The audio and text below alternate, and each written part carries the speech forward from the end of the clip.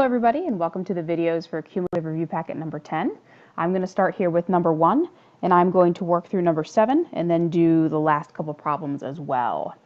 So number 1 says, write the quadratic function in vertex form. And so our goal of this vertex form looks like this. Y equals a times x minus h quantity squared plus k. So we want to get it in this vertex form so that we can see the shifting and we can more easily find the vertex rather than in standard form. After we put it in this form, we would like to find algebraically our x-intercepts and y-intercepts, but it is a good idea to check your work with a calculator. So to start the work for the vertex form, the first thing we need to do is get x squared alone, because eventually in order to get these parentheses we need to use the complete the square process. So I'm going to write a note. What we really need to do is complete the square, which means I need a lead coefficient of 1. So step 1 is to divide everything, and I mean everything, by 3, including the y value or the f of x. So we have f of x over 3 equals, let's divide everything by 3, x squared minus 6x plus 16 thirds. And I'm going to leave it as a fraction rather than a decimal in this case. The next thing we need to do is move the 16 thirds over here, because in order to complete the square, I need just x squared minus 6x on this side. So if I move that, I have f of x over 3 minus 16 thirds equals x squared minus 6x. Now in order to complete the square, I need to find b over 2 quantity squared. In this case, the b term is negative 6. So if we do negative 6 over 2 quantity squared, that's going to get me positive 9. So here's what I have to do on both sides. I need to add that 9. So we have f of x over 3 minus 16 thirds plus 9 equals x squared minus 6x plus blank, and that blank is also going to be 9. I know if I did this correctly if this side factors to be a perfect square trinomial. Well, what two numbers multiply to be 9 and combine to be negative 6? Well, that is negative 3 and negative 3. So this factors to be x minus 3 quantity squared. And again, something that I pointed out in class is that the sign of the middle term is always the same as the sign of the factored form, especially when you're doing a quantity squared. So this factored to be x minus 3 squared. This side, we can simplify these two and combine them. 9 right now is 9 over 1, and so if we want to write this with a common denominator, we have f of x over 3 minus 16 thirds, and 9 over 1 written with a denominator of 3 would be 27 thirds. So let me bring my work up here. I have f of x over 3, negative 16 thirds plus 27 thirds is really 11 thirds equals x minus 3 quantity squared. So at this point we want to re-isolate f of x. So I'm going to move the 11 thirds back over, get f of x over 3 equals x minus 3 quantity squared minus 11 thirds. And then I need to isolate the f of x. And so what I'm going to do is multiply everything separately by 3. Again, I find that I make fewer mistakes that way. So I'm going to multiply this by 3, and this by 3. In this case, these 3's cross out. So I have f of x equals 3 times x minus 3 quantity squared. If I have 3 on top and bottom here, they also cross out, minus 11. So my vertex form is f of x equals 3 times the quantity, x minus 3 quantity squared, minus 11. If this is my vertex form, my vertex, you need to think about shifting. This means to the right 3. Let me make sure that actually looks like a 3. So this should be 3. So I'm moving to the right 3, which means my new vertex is right 3 and then down 11. So this would be my vertex right here. And my suggestion from this point would be if I'm going to find the x-intercepts, I would like to use the reduced version that I just found for the vertex form. So in order to find the x-intercepts, that means that we're trying to find the points where this parabola crosses the x-axis, and on the x-axis the y value is always 0. So if this is the function that I just found, f of x equals 3 times x minus 3 squared minus 11, I'm going to plug in 0 for y, and I'm going to solve for x. So the best and the fastest way I think to do this is to be using square roots. So the first thing I'm going to do is move 11 over. So I have 11 equals 3 times x minus 3 quantity squared.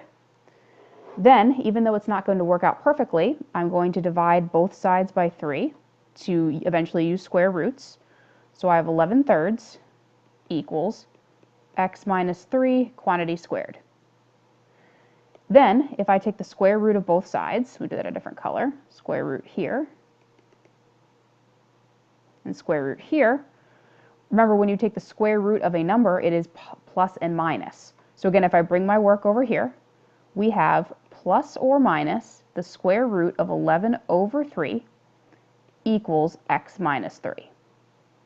And just to make this a little bit easier to see, I'm going to switch the order of this. I'm going to write it as x minus 3 equals plus or minus square root of 11 over 3. Now, we want to keep simplifying this because we need to eventually rationalize this. So let me show you what we need to do. X minus 3 equals plus or minus. This is technically the square root of 11 over the square root of 3. And we can't have that root 3 in the denominator. So we would need to rationalize and multiply top and bottom by the square root of 3, square root of 3. And if I did that, root 11 times root 3 is root 33. Root 3 times root 3 is just 3. So I have plus or minus root 33 over 3 equals x minus 3, which means if I want to get x alone, I need to add the 3 over. So my intercepts left in exact form would be 3 plus or minus the square root of 33 over 3. Now, if I actually wanted to write those as intercepts, they would look like this. 3 plus root 33 over 3, comma 0, and, wow, this is terrible, 3 minus root 33 over 3, comma 0. I don't know what's wrong with my computer right now. It is not allowing me to make good 3's. So that will be 3 minus root 33 over 3, comma 0. Now the last part of this problem is finding the y-intercept, which I think is the quickest part.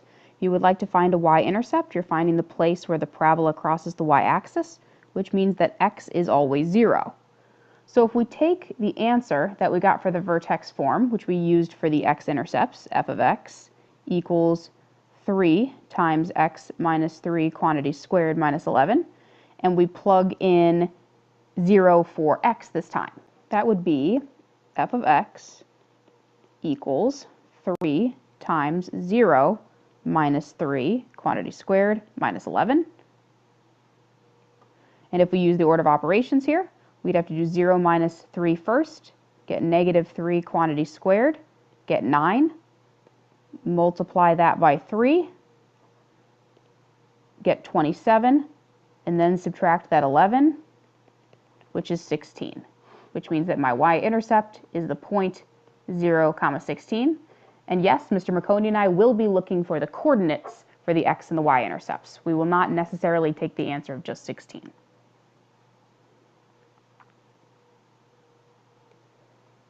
Number 2, find a quadratic function also in vertex form that has a vertex of negative 3, negative 2. So if it is a vertex of negative 3, negative 2, that means I have h comma k. And if it passes through the point 3, 4, that means we have x comma y. So if I'm trying to write something in vertex form, we either have y equals or f of x equals a times x minus h quantity squared plus k. And so let me plug in backwards and solve for a. So I know that y is 4. So we have 4 equals, I don't know what a is, times x, which is 3, minus h, which is negative 3 squared, plus k, which is negative 2. So I have 4 equals a times, double negative becomes a plus, 6 squared, plus a negative 2 is really just minus 2. If I keep using the order of operations, 6 squared is really 36. We have to do this first, minus 2. If it helps, a times 36 is really the same thing as just 36a minus 2. I would then need to add 2 to both sides. So I'd have 36a equals 6. If I divide both sides by 36, be careful, the answer is not 6. The answer is 6 over 36, which reduces to 1/6. And so remember, A is not my final answer. I want to write my final answer in vertex form. And if you would like vertex form, you really need 3 things. You need the A value you just found, and it's called vertex form because you need to plug the vertex back in.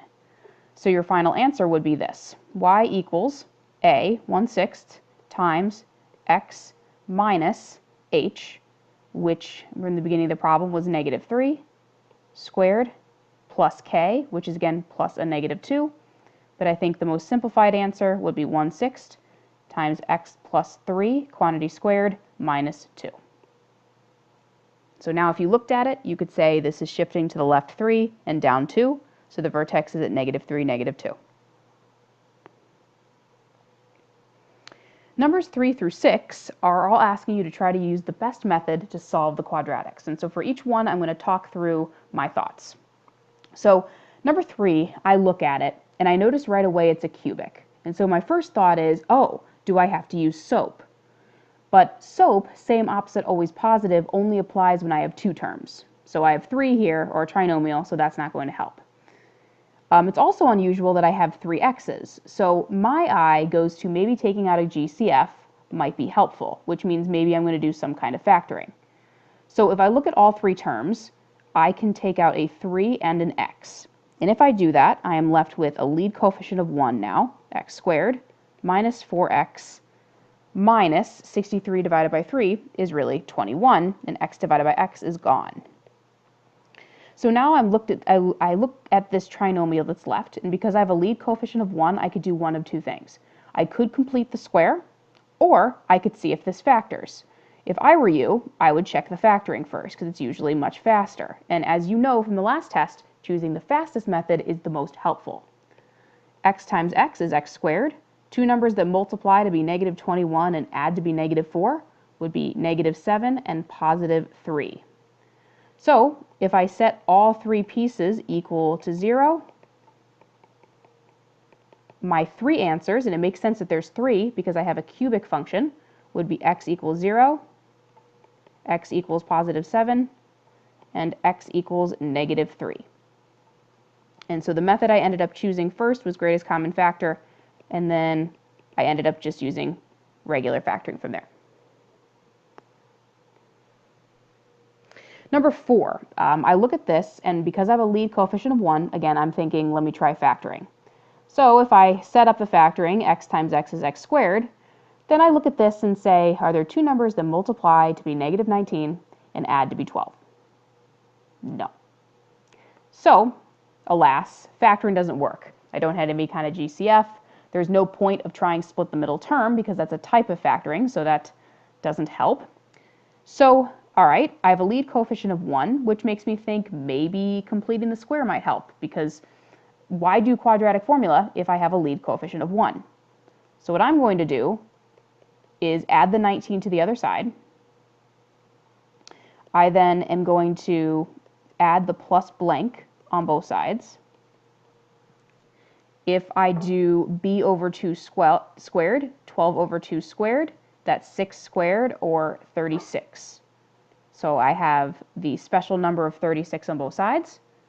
If I factor this perfect square trinomial, that would be x plus 6 squared equals 19 plus 36, which is 55. Now, because this is isolated, I can take the square root of both sides. I have x plus 6 equals plus or minus the square root of 55. And so now if I want to isolate x, I need to subtract the 6, and my final answer would be -6 plus or minus the square root of 55. And yes, you could write your answer as 2 different answers, -6 plus root 55, -6 minus root 55. But the method that I used was completing the square. So on the next video, I will pick up with number 5. Thank you.